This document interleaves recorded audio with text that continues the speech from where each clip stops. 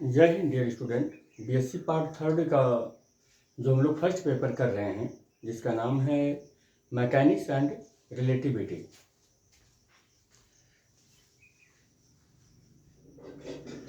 तो इस टॉपिक में हम लोग फर्स्ट लेक्चर करने जा रहे हैं जो आज नया चैप्टर स्टार्ट किए हैं जिसका नाम है the statistical basic of thermodynamics. इसमें इस लेक्चर में हम बेसिकली इंट्रोडक्शन की बात करेंगे कि ये स्टैटिस्टिक है क्या चीज़। तो बेसिकली इसके इंफॉर्मेशन या इसके इंट्रोडक्शन के बारे में बात करने वाले हैं। तो इसका क्या है इंट्रोडक्शन कि 17वीं शताब्दी के अंत में, मतलब 17वीं शताब्दी के अंत तक सब कुछ बिल्कुल मैकेनिक्स का जो कोई भी आधारभूत सिद्धांत था, प्रिंसिपल थे और उनके जो भी लॉ थे वो सब कुछ एकदम बढ़िया वैलिड चल रहे थे। जिस किसी पर भी लॉ अप्लीकेबल करते थे वो सब कुछ एकदम सही हो जाता था। लेकिन 17वीं शताब्दी के अंत तक आते आते ऐसा हुआ कि बहुत सारी ऐसी चीज़ें, ऐसे सिस्टम खोजे जा चुके, सिस्टम के अंदर बात करना स्टार्ट हो गया जिसमें हम मैकेनिक्स के आधारभूत सिद्धांत को जब लागू करते थे, यानी कि हम जब ऐसा कह सकते हैं कि डायनामिक प्रिंसिपल को या प्रिंसिपल ऑफ डायनामिक्स को अप्लीकेबल करते थे, तो बहुत सारी चीज़ें पर वो सिद्धांत अप्लीकेबल नहीं होता था। वो सिस्टम की प्रॉपर्टी को एक्सप्लेन नहीं कर पाता था। और फिर जब वो सिस्टम के प्रिंसिपल को एक्सप्लेन नहीं कर पाता था तो लोगों के दिमाग में कहीं ना कहीं ये बात आने लगी कि ये कोई ना कोई ऐसा सिद्धांत दूसरा अब निकालना पड़ेगा जिससे कि इसकी व्याख्या या इसका एक्सप्लेनेशन हम कर सकें। खासकर प्रिंसिपल ऑफ डायनेमिक्स उन सिस्टम्स को या एक्सप्लेन नहीं कर पाया जिनमें बहुत ज़्यादा नंबर ऑफ पार्टिकल हों, यानी कि इतने ज़्यादा नंबर ऑफ पार्टिकल हों कि जितना कि उसकी डिग्री ऑफ फ्रीडम का ऑर्डर हो। इतने सारे जब पार्टिकल किसी सिस्टम में इन्वॉल्व हो गए हों तो उसको प्रिंसिपल ऑफ डायनेमिक्स एक्सप्लेन नहीं कर पाता था। तो वही चीज़ हमने यहाँ पर लिख रखा है पूरा कि 17वीं शताब्दी के अंत तक फिजिकल फिनोमेना की व्याख्या डायनेमिकल प्रिंसिपल का उपयोग करके किया गया, परंतु कुछ निश्चित दशा में या विशेषकर हम ऐसी बात कहें कि जहां सिस्टम में बहुत ज़्यादा कण हों वहां डायनेमिकल प्रिंसिपल का उपयोग या तो गणितीय जटिलताओं के कारण नहीं किया जा सकता है या तो प्रेक्षित घटनाओं की व्याख्या के लिए अपर्याप्त होने के कारण किया जा सकता है। मतलब जब हम प्रिंसिपल ऑफ डायनेमिक्स यूज करने लगे ऐसे सिस्टम पर जहां पर बहुत ज़्यादा नंबर ऑफ पार्टिकल हों तो वहां पर उनकी प्रॉपर्टी को कैलकुलेट करने के लिए गणितीय जो संकल्पनाएं थी वो इतनी जटिल हो गई या गणितीय प्रोसेस इतना ज़्यादा जटिल हो गया कि उससे फिर यानी कि डायनेमिकल प्रिंसिपल ऑफ डायनेमिक्स से उसकी प्रॉपर्टी नहीं ज्ञात हो सकी। या फिर अगर हम कहें कि प्रेक्षित जो घटनाएं हैं उस घटनाओं की व्याख्या करने के लिए हमारे पास डाटा अपर्याप्त हो गया, तो फिर डायनेमिकल प्रिंसिपल से ये सब कैलकुलेशन बहुत टफ हो गया, नहीं कर पाएगा हम उस ऐसे सिस्टम की व्याख्या जिसमें बहुत ज़्यादा नंबर ऑफ पार्टिकल हों। और बहुत ज़्यादा नंबर ऑफ पार्टिकल हो तो उनकी व्याख्या नहीं कर पाए। उदाहरण के लिए अगर हम देखें कि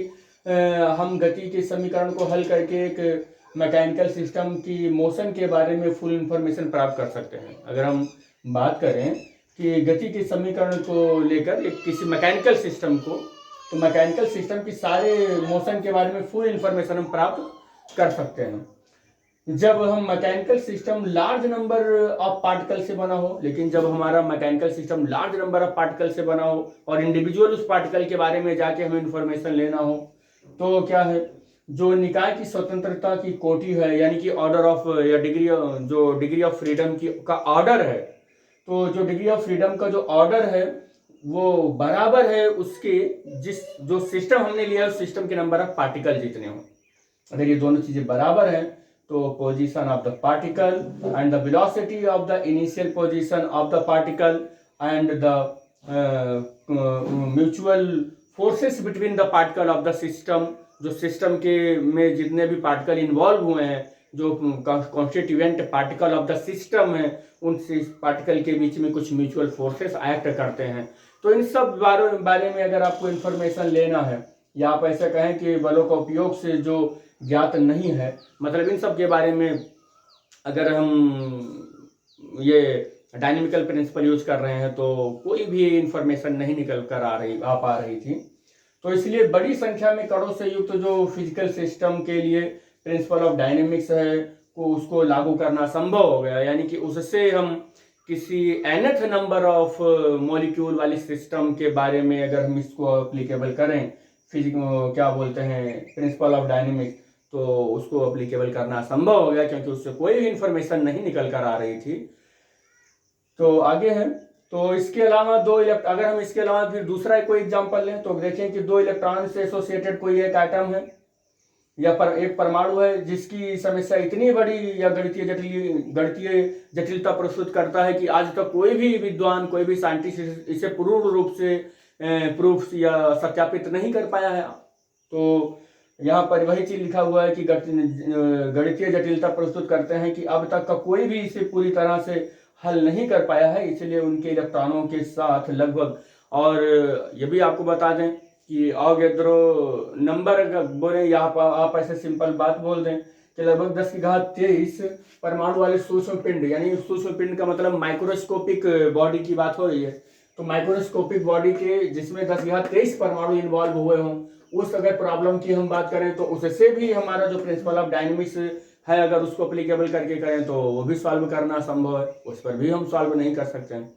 तो आपको 2 एग्जाम्पल हमने दिया, एक तो हमने ऐसा एग्जाम्पल दिया जिसमें बहुत सारे या बड़ी संख्या में कणों से युक्त कोई फिजिकल सिस्टम हो, वहां पर भी प्रिंसिपल ऑफ डायनेमिक्स लागू करना संभव है। और अगर किसी 2 इलेक्ट्रॉनों या ज्यादा इलेक्ट्रॉनों से एसोसिएटेड कोई एटम है जिसमें 10⁻23 परमाणुओं से बद्ध कोई एक निकाय है, तो वहां पर भी प्रिंसिपल ऑफ डायनेमिक्स लागू करना संभव है। तो इस तरह की समस्या को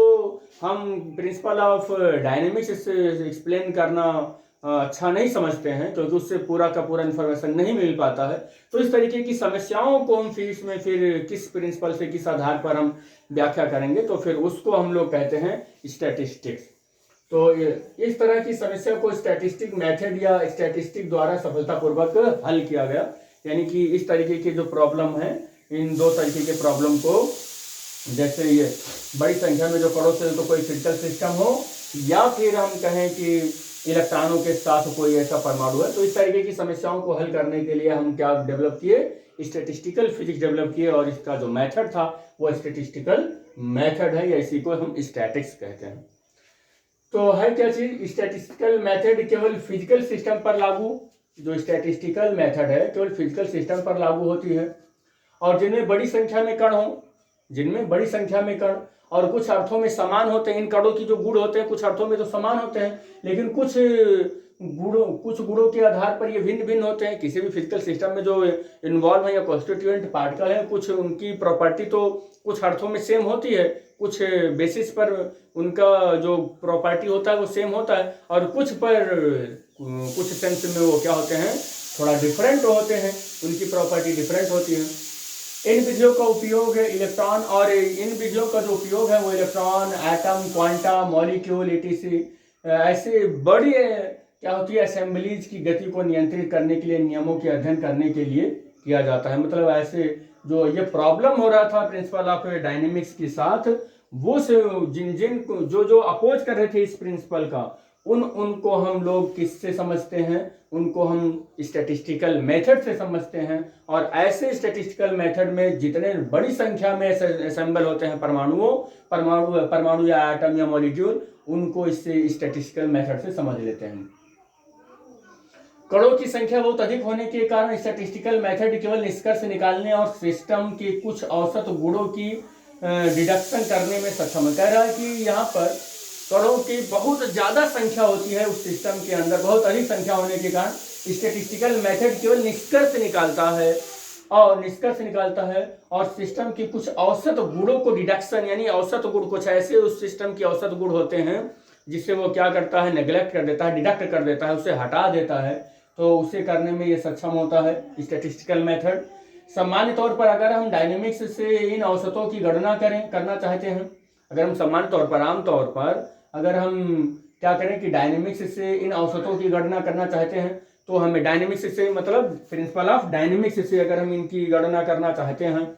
तो कह रहा है कि तो हमें कणों के साथ सभी कणों के लिए बड़ी संख्या में मोशन के समीकरणों को हल करना होगा। अरे भैया, कोई सिस्टम में nth पार्टिकल है, अब nth पार्टिकल के लिए मोशन के सारे समीकरण लगाएंगे। nth पार्टिकल के लिए आप जब मोशन के सारे समीकरण लगाएंगे तो आपको मिलेगा क्या? तो मोशन के सारे समीकरण लगाएंगे तो आप क्या देखेंगे कि हल करना बहुत ही कठिन होगा,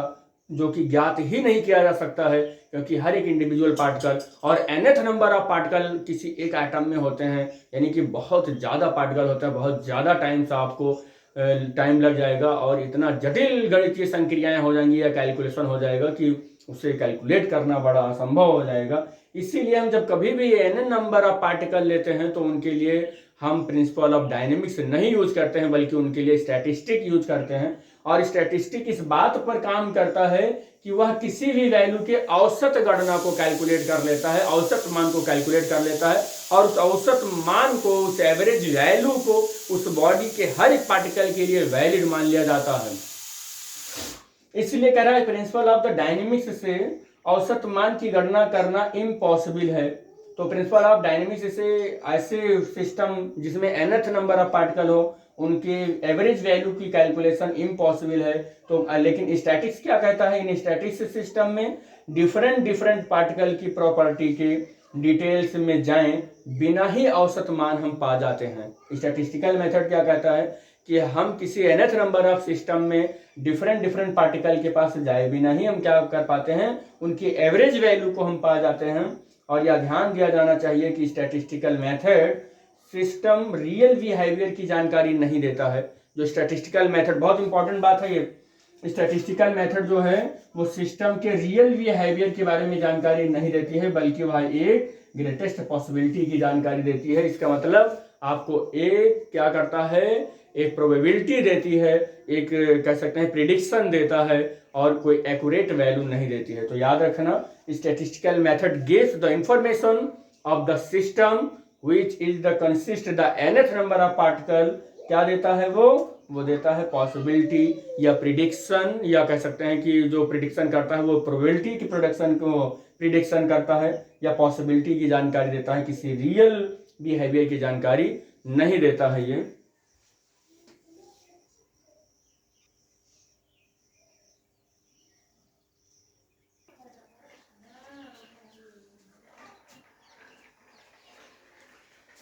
फिजिकल सिस्टम में कणों की संख्या जितनी अधिक मानी जाती है, सिस्टम स्टैटिस्टिकल प्रिडिक्शन उतना ही अधिक सही होता है। मतलब हम ये कहना चाह रहे हैं कि हमारा जो प्रिंसिपल ऑफ डायनेमिक्स था वो फेल इसलिए हो गया था क्योंकि सिस्टम में नंबर ऑफ पार्टिकल जो थे वो बहुत ज़्यादा इंक्रीज हो गए थे। और जब कभी हम ऐसा सिस्टम लें जिसमें नंबर ऑफ पार्टिकल बहुत ज़्यादा हो जाएं तो वहाँ पर प्रिंसिपल ऑफ डायनेमिक्स अप्लीकेबल नहीं होता है। और फिर उसके सारे गुणों की व्याख्या हम फिजिक्स के जिस चीज़ को यूज करते हैं, जिस प्रिंसिपल को या जिस कैटेगरी को यूज करके हम उसको एक्सप्लेन करते थे, उससे बोला गया कि यही हमारा स्टैटिस्टिक है। और फिर ये बोला जा रहा है कि अगर कोई फिजिकल सिस्टम है और उसमें जितना ज़्यादा नंबर ऑफ पार्टिकल हो तो उस पार्टिकल की जो प्रिडिक्शन है, जो एक्सप्लेनेशन है, उसकी जो व्याख्या है उतना ही ज़्यादा अच्छा होता है, उतना ज़्यादा सटीक बैठता है। ऐसा उतना ज़्यादा सटीक क्यों बैठता है? क्योंकि हमें पता होना चाहिए कि जो स्टैटिस्टिक होता है वो एक एवरेज वैल्यू को देता है। किसी भी सिस्टम की जो भी प्रिडिक्शन करने गए हैं उसकी एक एवरेज वैल्यू को देता है। और एवरेज वैल्यू तब ज़्यादा अथेंटिक हो जाता है जब नंबर ऑफ पार्टिकल बहुत ज़्यादा हो जाए या नंबर ऑफ रीडिंग बहुत ज़्यादा हो जाए, या हम ऐसे कहें कि नंबर ऑफ द मेजरमेंट बहुत ज़्यादा हो जाए। जब नंबर ऑफ मेजरमेंट बहुत ज़्यादा हो जाएगा तो आपका जो प्रिडिक्शन है, जो उस प्रिडिक्शन में जो एवरेज वैल्यू आप कैलकुलेट करने जा रहे हैं वो एवरेज वैल्यू बहुत एक्यूरेट आ जाएगी। तो वही कह रहा है कि जो स्टैटिस्टिकल सिस्टम है, अगर उस स्टैटिस्टिकल सिस्टम में नंबर ऑफ पार्टिकल बहुत ज़्यादा हो जाएगा तो जो स्टैटिस्टिकल प्रिडिक्शन करने जा रहे हैं उस स्टैटिस्टिकल प्रिडिक्शन की वैल्यू बहुत ज़्यादा हो जाएगी, बहुत ज़्यादा करेक्ट आने, मतलब एवरेज वैल्यू बहुत ज़्यादा सही आ जाएगा। लेकिन अगर स्टैटिस्टिकल प्रिडिक्शन आप कर रहे हैं और किसी कोई एक ऐसा फिजिकल सिस्टम ले लिए जिसमें नंबर ऑफ पार्टिकल बहुत कम है, तो अगर नंबर ऑफ पार्टिकल बहुत कम हो गया तो उसका स्टैटिस्टिकल प्रिडिक्शन की वैल्यू भी बहुत कम हो जाएगी या लगभग समाप्त हो जाएगी, या ऐसे कह सकते हैं कि स्टैटिस्टिकल प्रिडिक्शन की वैल्यू 0 हो जाएगा। तो यहाँ पर है स्टैटिस्टिकल प्रिडिक्शन उतना ही अधिक होती है यदि किसी मैकेनिकल सिस्टम में कणों की संख्या या डिग्री ऑफ फ्रीडम का ऑर्डर बहुत छोटा हो गया तो उसका प्रिडिक्शन भी बहुत छोटा होगा, या स्टैटिस्टिकल जो मेथड है उसकी जो मीनिंग है वो बहुत छोटा होगा या समाप्त हो जाएगा या 0 हो जाएगा, शून्य हो जाएगा। अगर हम कोई एक ऐसा सिस्टम ले जिसमें अवोगाद्रो संख्या का आकार यानी कि 6 पॉइंट, इसका जो वैल्यू होता है 6.023 समथिंग आगे ऐसे होता है, इंटू 10⁻23 पर ग्राम पर मोल होता है, लेकिन हमने यहाँ पर 10⁻26 पर किलोग्राम पर मोल लिखा है। से यह स्पष्ट है कि पदार्थ के एक छोटे से आयतन में भी कई अणु होते हैं। मतलब अगर मैं कहूँ कि अगर मैंने कोई सिस्टम लिया है और सिस्टम में अगर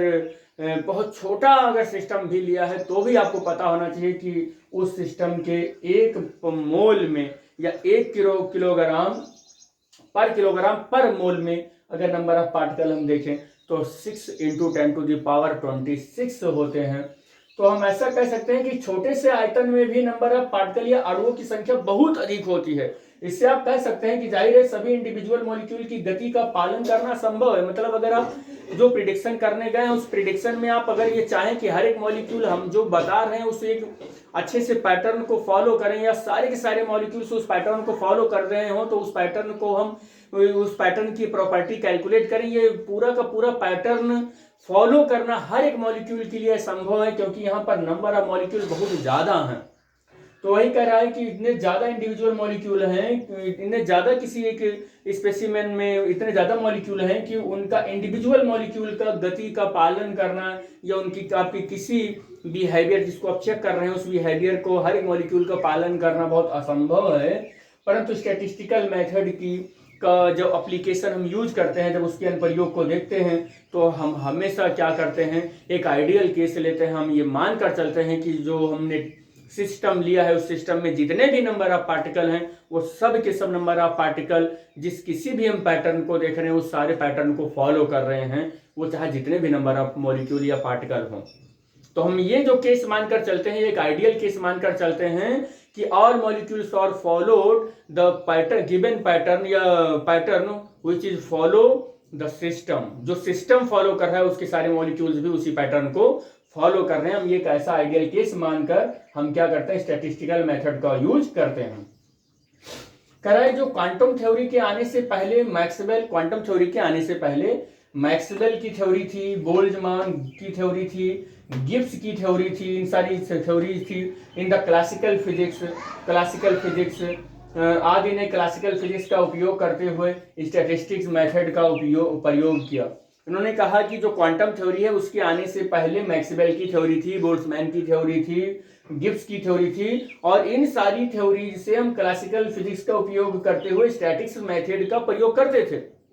क्लासिकल फिजिक्स से किसका प्रयोग करते थे ये लोग, स्टैटिस्टिक मेथड का प्रयोग करते थे। लेकिन स्टैटिस्टिक मेथड को क्लासिकल स्टैटिस्टिक बोला गया। यानी कि हम याद रखें इस बात को कि जब कभी भी हम मैक्सवेल थ्योरी पढ़ते हैं, बोल्ट्जमान थ्योरी पढ़ते हैं और गिब्स थ्योरी पढ़ते हैं जिन्होंने क्लासिकल फिजिक्स में स्टैटिस्टिक मेथड को यूज किया, उससे हम लोग क्या बोलते हैं, स्टैटिस्टिक मेथड को यूज करते हैं तो क्लासिकल स्टैटिस्टिक्स कहते हैं। और जब क्वांटम थ्योरी आई तो इसका मतलब इसको हम न्यू स्टैटिस्टिक के से एसोसिएट करेंगे। तो याद रखना कि क्वांटम थ्योरी के डेवलप होने के पहले भी Maxwell theory, Boltzmann theory, Gibbs theory जो हम क्लासिकल फिजिक्स में या कह सकते हैं कि यहाँ पर क्लासिकल फिजिक्स में स्टैटिस्टिक मेथड का यूज करते थे, तो इससे हम क्लासिकल स्टैटिक्स या मैक्सवेलियन या मैक्सवेल बोल्ट्जमान स्टैटिक्स कहते हैं कि या इसके रूप में जाना जाता है। और क्लासिकल स्टैटिस्टिक ने टेम्परेचर, प्रेशर, एनर्जी आदि जैसी कई देखी गई घटनाओं की पर्याप्त व्याख्या नहीं कर सका, जैसे कि ब्लैक बॉडी रेडिएशन। तो ये भी आपको याद करना होगा कि क्लासिकल स्टैटिस्टिक ने टेम्परेचर, प्रेशर, एनर्जी आदि जैसी कई देखी गई घटनाओं की पर्याप्त व्याख्या नहीं कर सका, जैसे कि ब्लैक बॉडी। एक मिनट,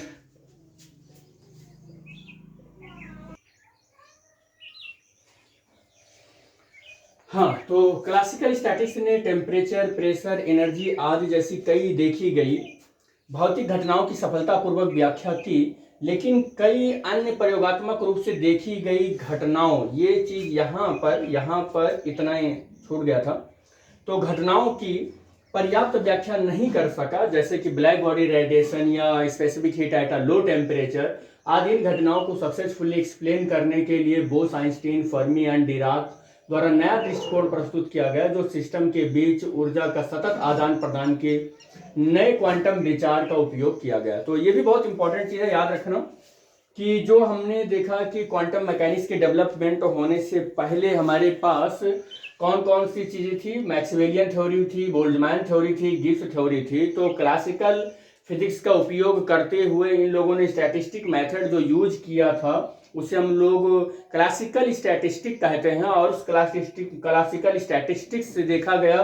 कि टेम्परेचर को बहुत अच्छे से एक्सप्लेन किया गया, प्रेशर को, एनर्जी को, इन सारी चीज़ों को देखा गया कि बहुत अच्छे से ये थ्योरी सेट हो रही थी और एक्सप्लेन किया गया। भौतिक घटनाओं की सफलतापूर्वक व्याख्या की गई इनकी थ्योरी से। किसकी थ्योरी से? मैक्सवेल बोल्ट्जमैन की स्टैटिस्टिक्स से, गिब्स की स्टैटिस्टिक्स से, इन सारे लोगों की स्टैटिस्टिक्स से देखा गया टेम्परेचर, प्रेशर, एनर्जी को बढ़िया से एक्सप्लेन कर लिया गया। लेकिन ऐसी कई अन्य प्रयोगात्मक रूप से देखी गई घटनाएं थी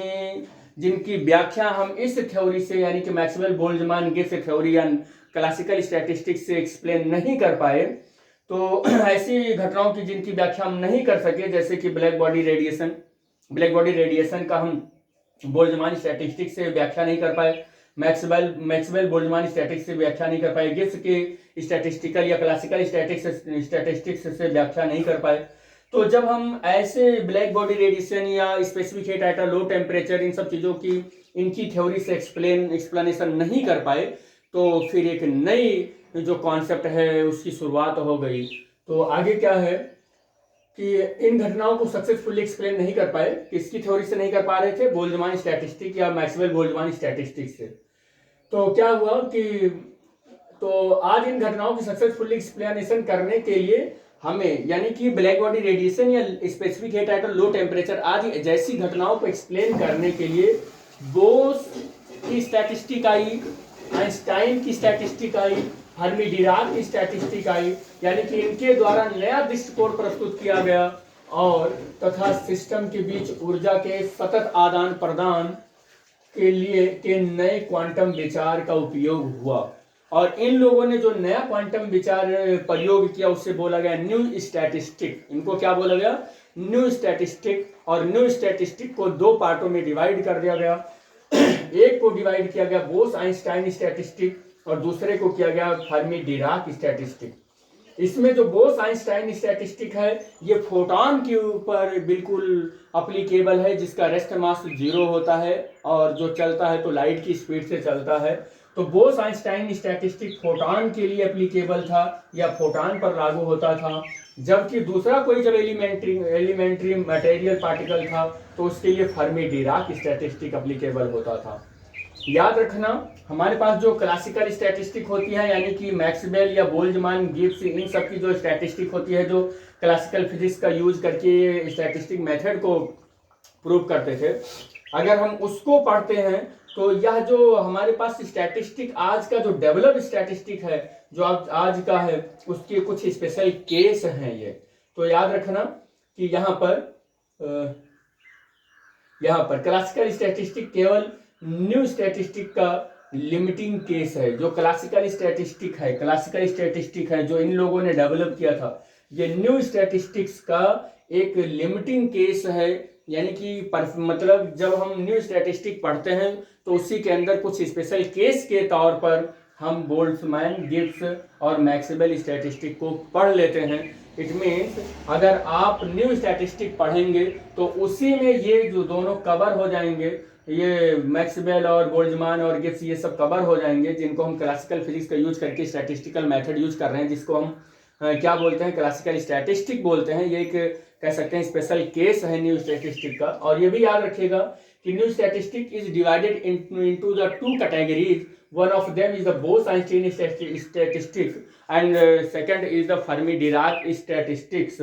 and boss Einstein statistics is applicable for the photon and the Fermi Dirac statistic is applicable for the elementary material particles. And the classical statistics is the special case of the new statistics. और याद रखना एक और हमने यहाँ पर note लिख रखा है, यहाँ पर जो हम लोग पढ़ने वाले हैं स्टैटिस्टिक, यहाँ पर जो हम लोग पढ़ेंगे यहाँ पर क्लासिकल स्टैटिस्टिक्स की फंडामेंटल कॉन्सेप्ट पर विचार करेंगे। ठीक है, जो हम लोग यहाँ पर पढ़ेंगे वो क्लासिकल स्टैटिस्टिक्स की कुछ फंडामेंटल कॉन्सेप्ट हैं, उन पर हम विचार करेंगे।